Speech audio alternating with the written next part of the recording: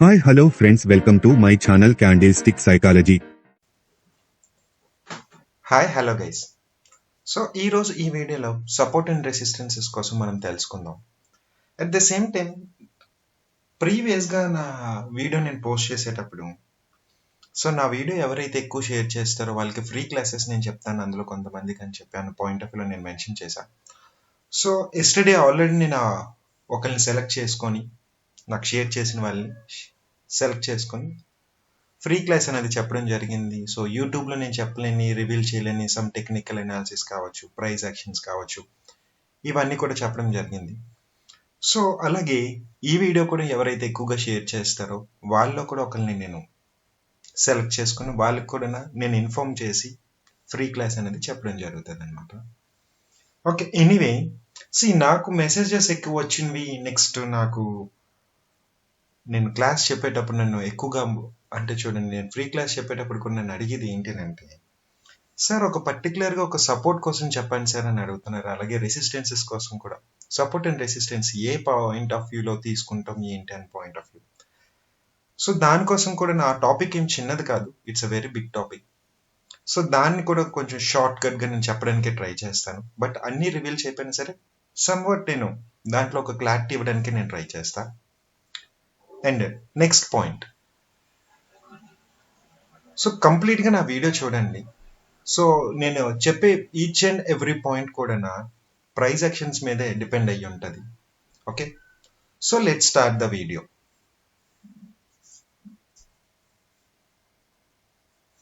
Okay, some trades కోసం కూడా మనం డిస్కషన్ చేసుకుందాం. Okay,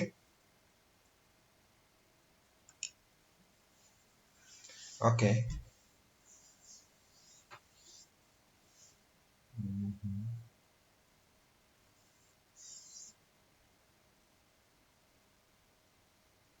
okay in this area particular point of వ్యూలో చూసుకుంటే here some sellers are interested. Here some sellers are interested.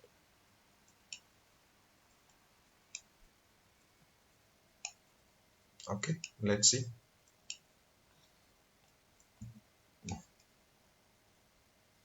After ఈ candle తర్వాత ట్రేడ్ తీసుకోవడానికి మనం ట్రై చేద్దాం. ఓకే,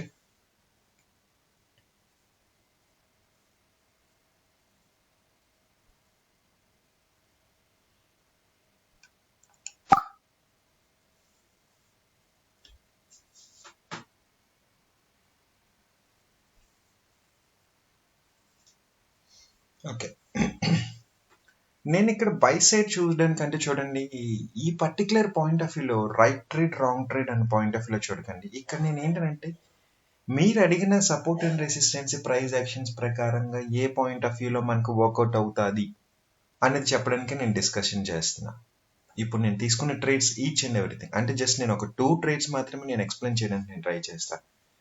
రైట్ ట్రేడ్కి రాంగ్ ట్రేడ్కి ఉన్న వేరియేషన్స్ ఏంటి అని point of view. At the same time topic కూడా సపోర్ట్ అండ్ రెసిస్టెన్స్ దాని మీదే కాబట్టి దాని మీద ఆ పాయింట్ ఆఫ్ వ్యూలో మాత్రమే డిపెండ్ అయ్యి ఉంటుంది. Okay, okay 8 more seconds.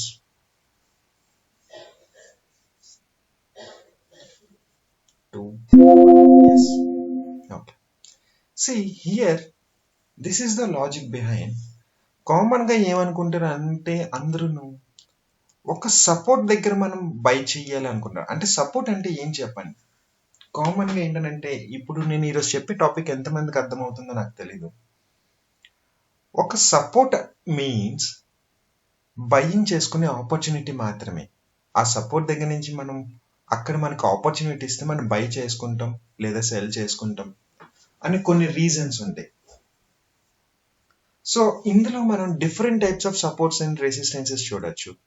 At the same time కొంతమంది నన్ను కామెంట్ సెక్షన్లో కూడా అడిగింది ఏంటంటే, మార్కెట్లో మీరు ట్రేడ్ చేసేటప్పుడు అంటే చూడండి, బైనరీ ఆప్షన్స్లో పనిచేస్తుందా, మన ఆప్షన్ చైన్లో పనిచేస్తుందా, స్ట్రైక్ ప్రైజెస్లో పనిచేస్తుందా, నెక్స్ట్ నిఫ్టీలో పనిచేస్తుందా. ప్రైస్ యాక్షన్ ఎక్కడైనా ఒకటేనండి. ప్రైస్ యాక్షన్స్ ఎక్కడ వేరియేషన్స్ అంటూ ఏమీ ఉండదు. ఓకే, ఈ ప్రైస్ యాక్షన్ వేరియేషన్స్లోని కాకపోతే ఆప్షన్ స్ట్రైక్ ప్రైజెస్కి డైరెక్ట్గా ఇండెక్స్ ప్రైజెస్కి చిన్న వేరియేషన్ ఉంటుంది. ఎందుకంటే ఆప్షన్ స్ట్రైక్ ప్రైజెస్లోని మీకు డికే అన్నది ఒకటి ఉంటుంది కామన్గా చెప్పుకుంటే. ఓకే, ఆ టాపిక్ మనం దాంట్లోకి వెళ్ళేటప్పుడు మాట్లాడదాం.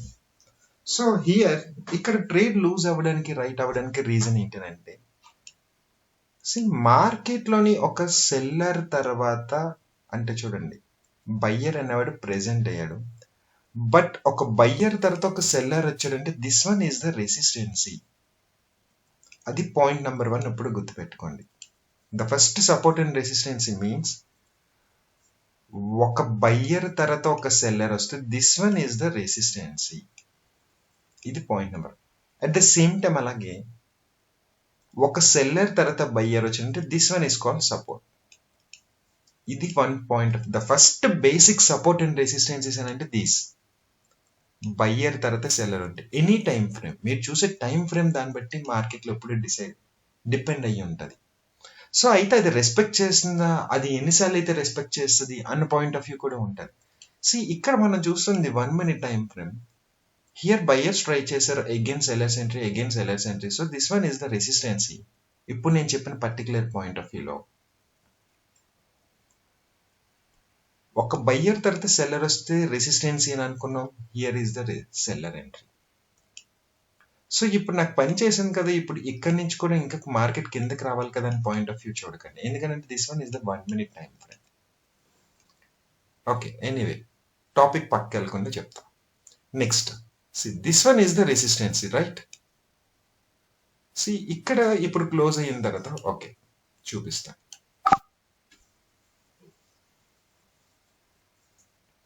అగైన్ నేను బయ్యింగ్ సైడ్ ఆపర్చునిటీ తీసుకున్నానండి, సెల్లింగ్ సైడ్ కాదు.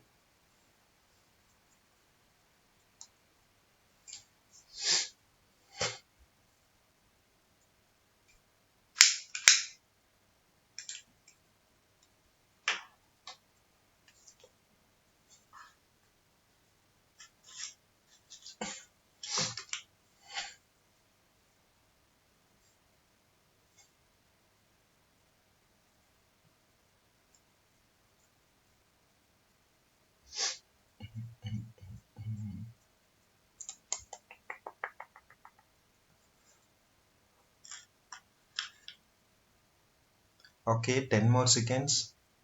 8.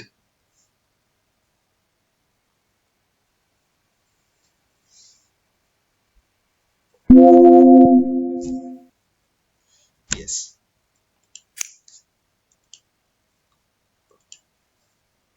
బిఫోర్ ఇక్కడ నేను ఒక పాయింట్ చెప్పాను. ఒక సెల్లర్స్ ఏరియా అంటే సెల్లర్ ఎంట్రీ అయిన దగ్గర సెల్లింగ్ ఆపర్చునిటీ ఎలా తీసుకోలో, this one is the resistancy, these are the sellers. Seller అన్నోడు ప్రెజెంటెడ్. ఇప్పుడు దీని నెక్స్ట్ క్యాండిల్ కూడా okay, time 4 seconds, not an issue. ఇప్పుడు చూడండి,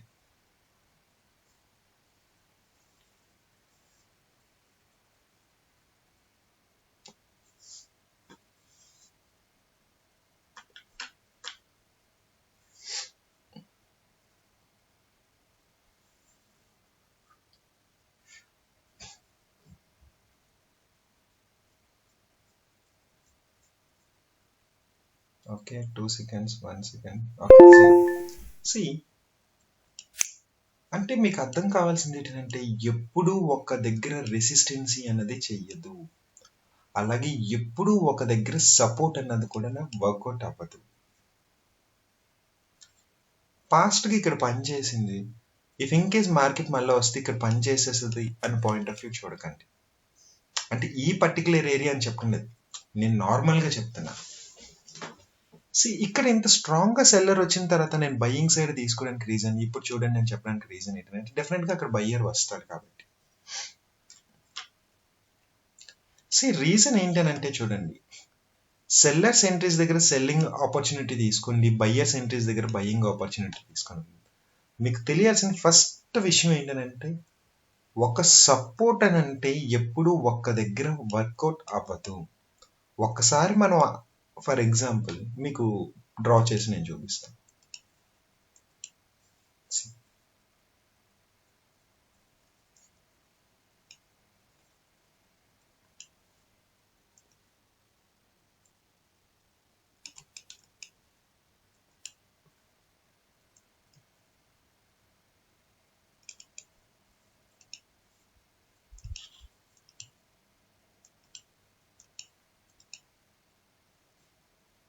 okay, this one is the support. ఒక సెల్లర్ తర్వాత ఒక బయ్యర్ వచ్చిందంటే అది డెఫినెట్ గా సపోర్ట్ ఏనండి.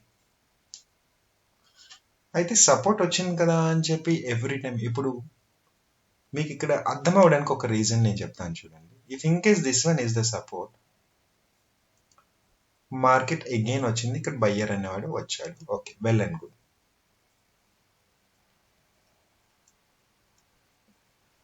మళ్ళా వస్తే అది సపోర్ట్ చేస్తుందా? సపోర్ట్ ఇది కాదు. ఈ పాయింట్ ఆఫ్ వ్యూ మీరు చూడండి. అంటే నేను సపోర్ట్ కోసం పర్టికులర్ గా చెప్పమన్నారు కాబట్టి డిఫరెంట్ టైప్స్ ఆఫ్ సపోర్ట్స్ ఉంటాయండి. జస్ట్ ఈ సపోర్ట్ అనే దాన్ని మనం ఒక బయ్యింగ్ ఆపర్చునిటీ కోసం మాత్రమే యూజ్ చేసుకోవాలి తప్ప కానీ ఇంకా వేరే పాయింట్ ఆఫ్ వ్యూ కాదు. దీనికి ఎగ్జాంపుల్గా ఒకటి నేను చూపిస్తాను.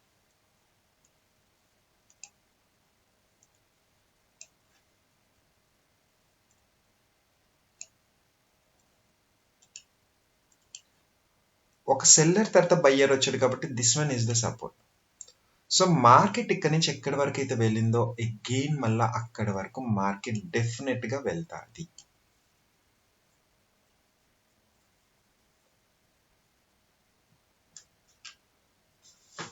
డెఫినెట్ గా ఇది బ్రేక్ చేసేస్తుంది అని అనుకుంటారు కానీ బ్రేక్ చేయదండి.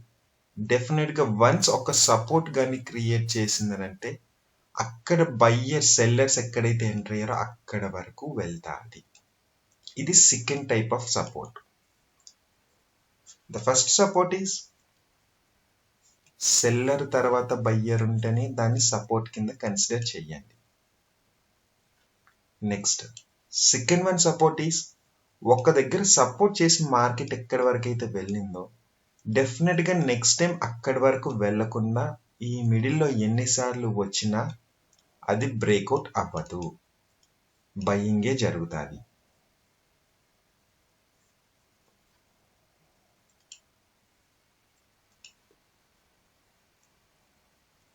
ఫర్ ఎగ్జాంపుల్ ఎక్కడైనా చూద్దాం. ఓకే, ఇక్కడ ఒక పాయింట్ ఉన్నది.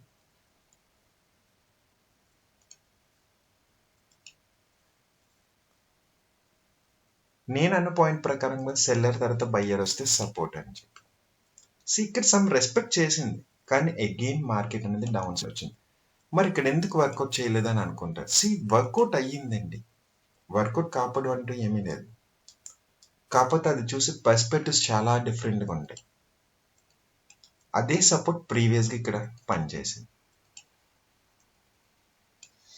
సో లైవ్ మార్కెట్లో ఉండేటప్పుడు నేను ఇక్కడ సపోర్ట్ చేసింది కదా అన్న పాయింట్ ఆఫ్ వ్యూలో నేను బయింగ్ ఆపర్చునిటీ తీసుకుంటాను, బట్ ఇక్కడ నాకు ఫెయిల్యూర్ అయిపోయి మార్కెట్ కిందకు వచ్చింది కదా సార్ అని చెప్పి కొంతమంది కామెంట్స్ చేయొచ్చు. సో దానికి నేను చెప్పే ఆన్సర్ ఏంటి అని అంటే అది సపోర్ట్ అవ్వకుండా బై చేయకూడదు.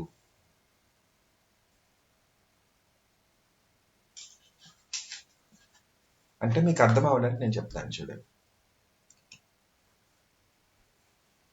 ఇఫ్ ఇన్ కేస్ క్యాండిల్ కానీ ఇక్కడ మీకు ఇలా ఫామ్ చేసింది అనుకోండి,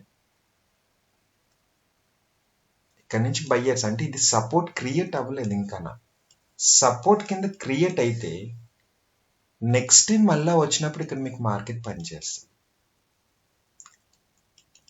అంతేగాని ఇక్కడ నాకు సపోర్ట్ కింద క్రియేట్ అవ్వకుండా సపోర్ట్ అనేది చేయదండి.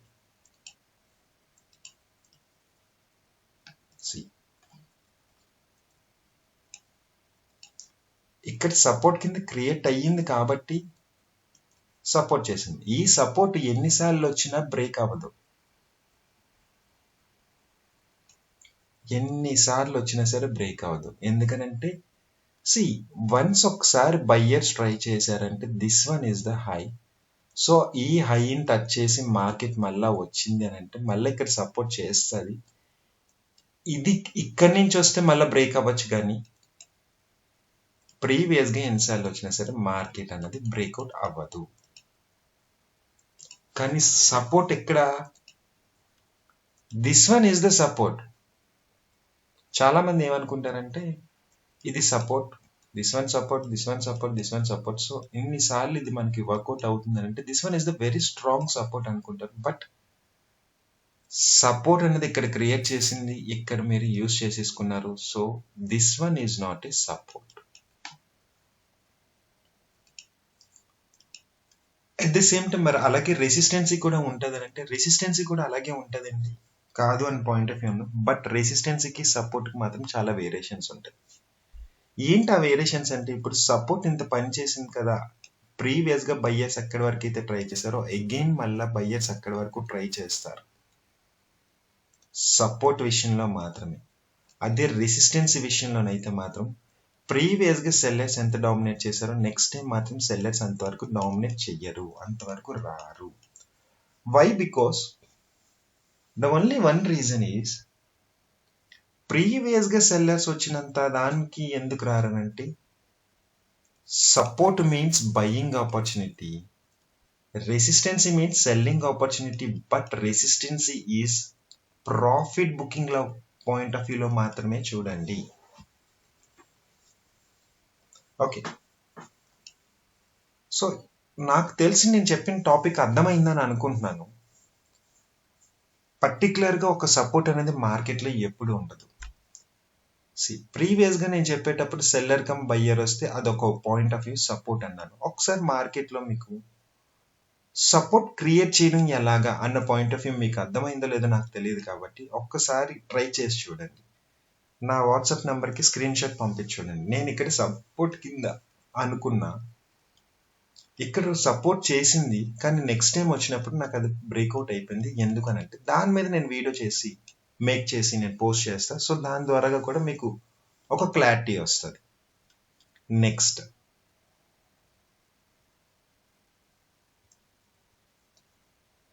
ఇంకో సపోర్ట్ ఏంటి అని అంటే, ఒక బయ్యర్ కానీ వచ్చాడు అనుకోండి, ఫర్ ఎగ్జాంపుల్